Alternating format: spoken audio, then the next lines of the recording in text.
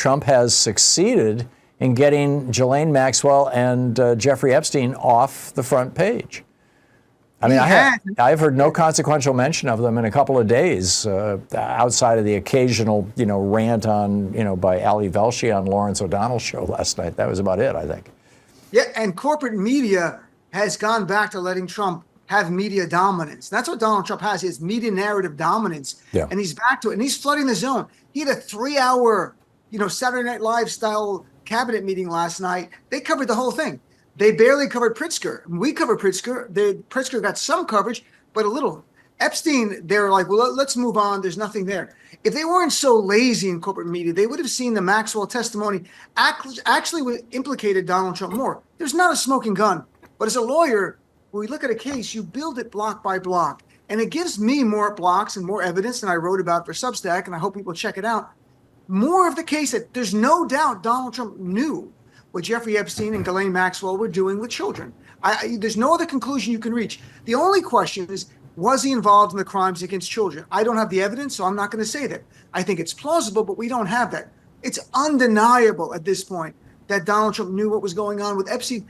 And Maxwell's the big point to me was she said Epstein was friends with Trump before she was, that they were buddies before. She doesn't know what Trump and Epstein were doing. So she carved that out for us. She also talked about loving Mar-a-Lago, going to Mar-a-Lago all the time, hanging out, going to the spa. That's where she recruited Virginia Giuffre.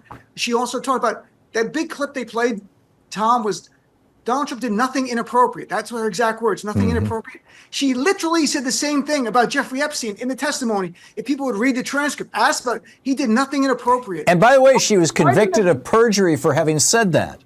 Right, but I'm saying in this testimony, she used the same words to describe Epstein as Trump. Don't you think corporate media should have played those clips? I did on my show. Here she is saying Trump did nothing inappropriate. Here she is saying Jeffrey Epstein, exact words, did nothing inappropriate.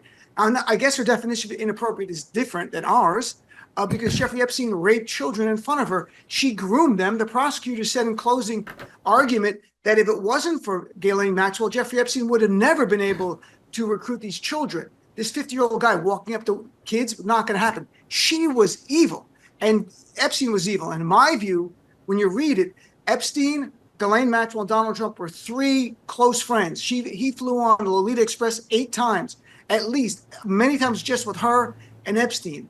There is no doubt in my mind, with every fiber of my beating, that Donald Trump did not know Jeffrey Epstein and Ghislaine Maxwell were up to something with children. He did nothing to stop it. He didn't call the police. He allowed evil to grow, and more children were raped because of Donald Trump's failure to do the right thing and call the police, because he was not going to call the police on another rich white guy in Palm Beach. That's the reality. And I'm very confident saying that based on everything I've read. Yeah, I agree with you.